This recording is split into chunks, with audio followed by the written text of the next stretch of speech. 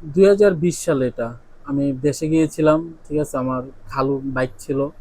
ওইটা নিয়ে দেশে গিয়েছিলাম। তখন সামনে দিয়ে একটা প্রাইভেট কার আমাকে মেরে দিছে।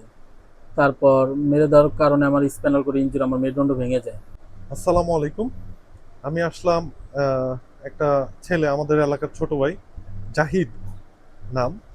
তোমার পুরো নামটা কি? মোহাম্মদ জাহিদুল ইসলাম। মোহাম্মদ জাহিদুল ইসলাম।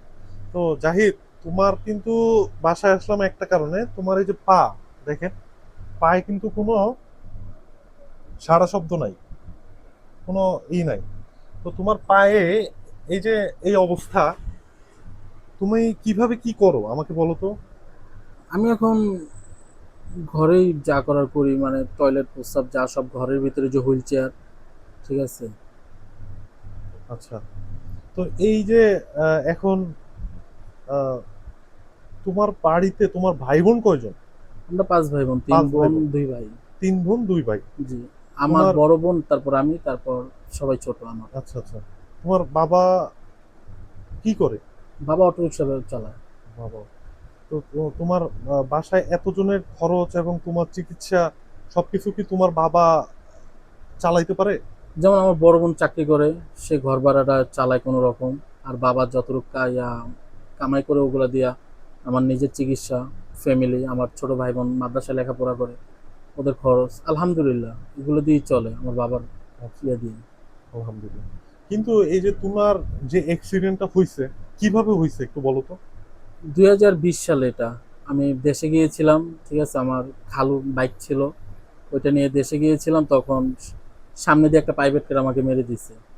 তারপর মেরে দেওয়ার কারণে আমার স্পাইনাল কর্ড ইনজুরি, আমার মেরুদণ্ড ভেঙে যায়।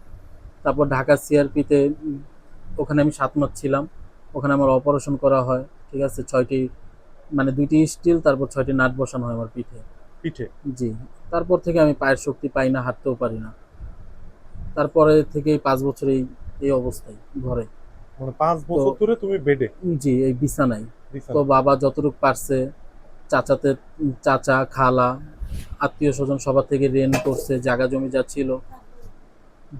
যা ছিল সেগুলো বিক্রি করছে। ঠিক আছে? তো আচ্ছা আচ্ছা। আমার বাবার কাছে এখন আর্থিক কোনো ইয়েই নেই, তার জন্য আমার যাবতীয় সব চিকিৎসা বন্ধ।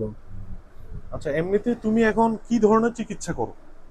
আমি এখন চিকিৎসা, মানে শুধু মেডিসিন আর থেরাপি নেওয়ার নিয়েছিলাম।